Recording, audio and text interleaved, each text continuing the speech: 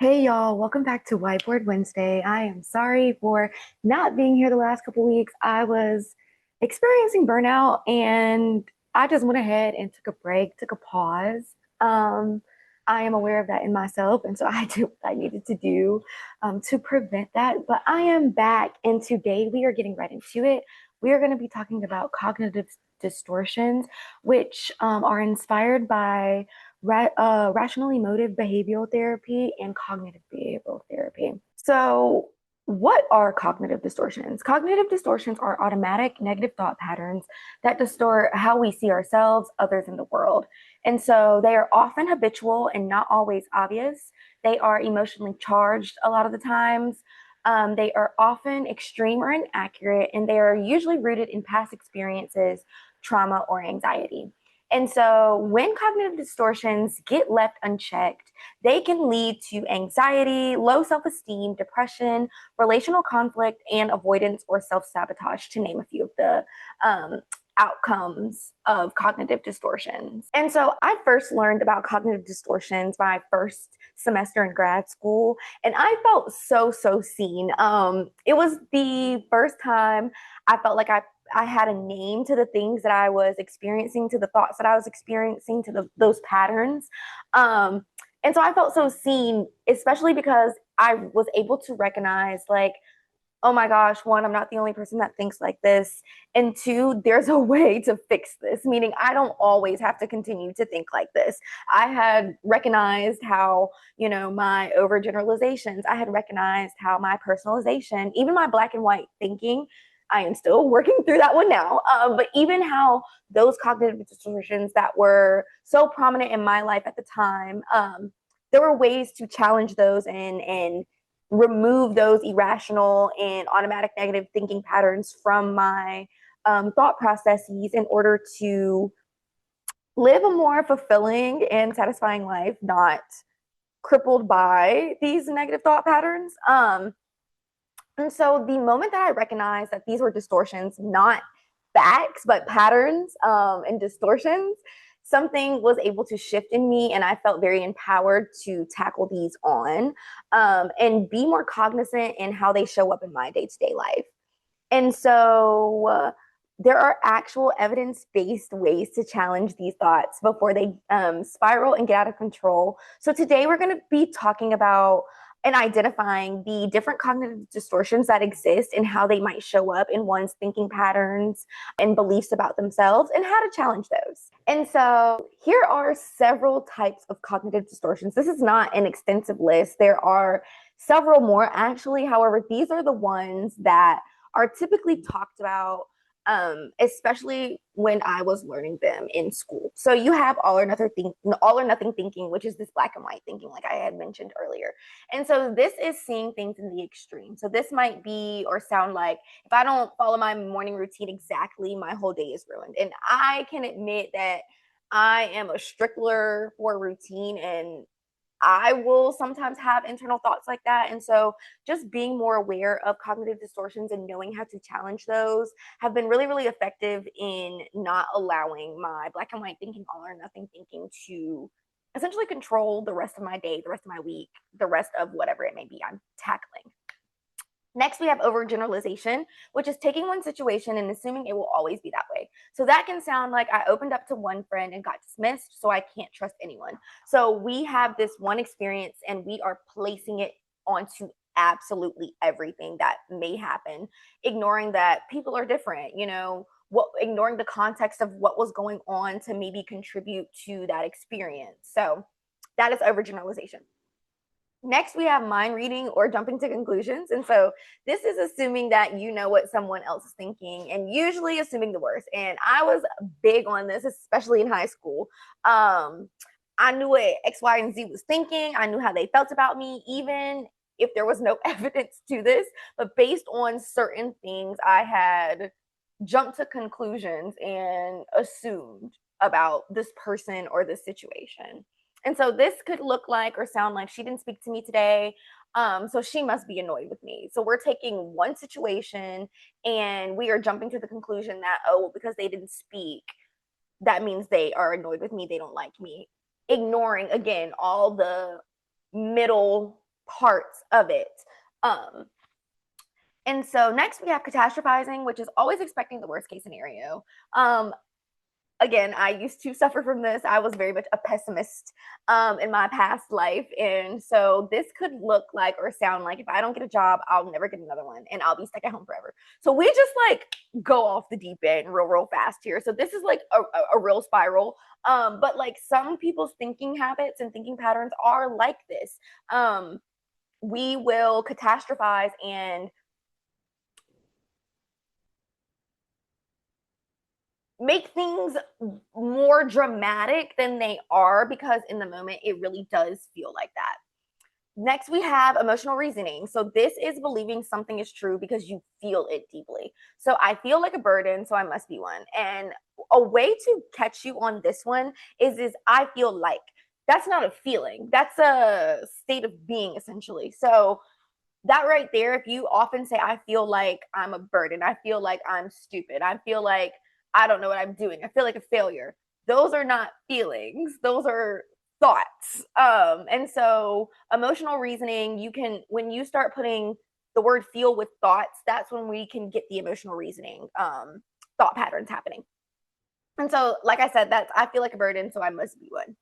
Disqualifying the positive is another cognitive distortion, and that looks like downplaying or dismissing positive experiencing positive experiences or achievements as luck, pity, or not a big deal. So that can sound like they said I did a good job, but they were just being nice. So this often sounds like, or can be reflective in individuals who can't take a compliment or can't receive positive feedback. They just automatically assume the worst about themselves or the situation. Next, you have mental filtering. So this is focusing only on the negative parts of a situation while ignoring anything neutral or positive. And so this can be, I got 5 compliments and 1 piece of criticism, but all I can think about is the critique. So you have these large positive things that have happened, but because that one criticism was there, we automatically get hyper focused on that criticism, and we can only focus on that. Next you have should statements, and this one is a big one, especially for individuals in their like early adulthood years, young adulthood years, which is placing rigid expectations on yourself or others based on what quote unquote should happen. I should be further along by now. Says who? That will always be my first question. Says who? Who said that you should be doing this? You should be there. Exactly. Then we have labeling, which is reducing yourself or others to one negative identity based on one mistake or a moment. So this could sound like I messed up, so I'm stupid.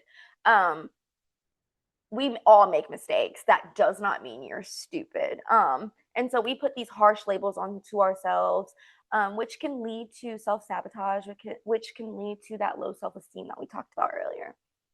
And finally, personalization, which is believing everything is your fault, even when it isn't. So if they're upset with me, if they're upset, I must have done something wrong. So that means taking responsibility for emotions and situations that literally have nothing to do with you. This could happen for a lot of reasoning. However, essentially, it is taking responsibility for things that are not yours. And so this one is a really, really hard one to unlearn for a lot of people as well. And so we talked about the fact that majority of the people in the world have some kind of cognitive distortion, but how do we challenge these?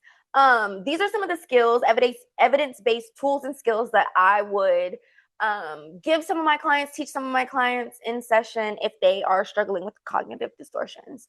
So the first step is always to label the distortion. You have to kind of know what you're working with. So this is black or white thinking. Life is rarely either or. So go ahead and call out, what distortion am I experiencing right now?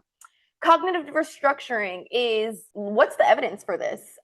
Is there evidence against it? Is this a fact or a feeling? So looking at the evidence to challenge this automatic negative thought pattern. Behavioral experiment. So if I set a boundary, they'll be mad. Again, this is an assumption.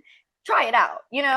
Oftentimes we get in our head and like I said, we jump to conclusions. We have these assumptions, but we've never really tested them out. So try it. See actually what happens so you can have the actual proof of what could happen in this situation. What would you tell a friend if someone you love came to you with this thought pattern? Would you agree with them? And so likely not. And so it's very hard oftentimes for us to give ourselves compassion, but that compassion that we would be willing to give our friend, we deserve the same when we are experiencing these automatic negative thought patterns. Reframe the thought. Create a more balanced and honest thought. So instead of saying, I failed this presentation, I am terrible. So putting that label on yourself. Instead, maybe say, it didn't go how I wanted, but I still showed up and that counts, because it does. I can use this to improve next time. So it doesn't dismiss the fact that things didn't go the way that you want them to. It acknowledges that while also saying, like, this is not the end of the world. I can use this experience for my betterment in the future. And finally, mindfulness and creating space. Sometimes the goal isn't to fix the thought immediately. It's just to pause before reacting.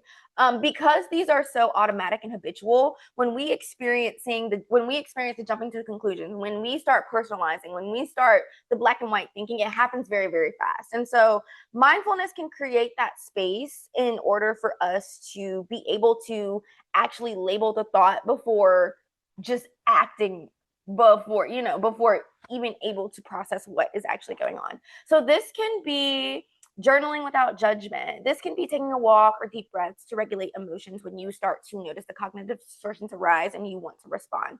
And acknowledging that there's a cognitive distortion, that's the first step. And so I want to leave you all with this. Just because it's a thought, just because you think it, just because it's a thought does not make it true. Your thoughts are not always facts.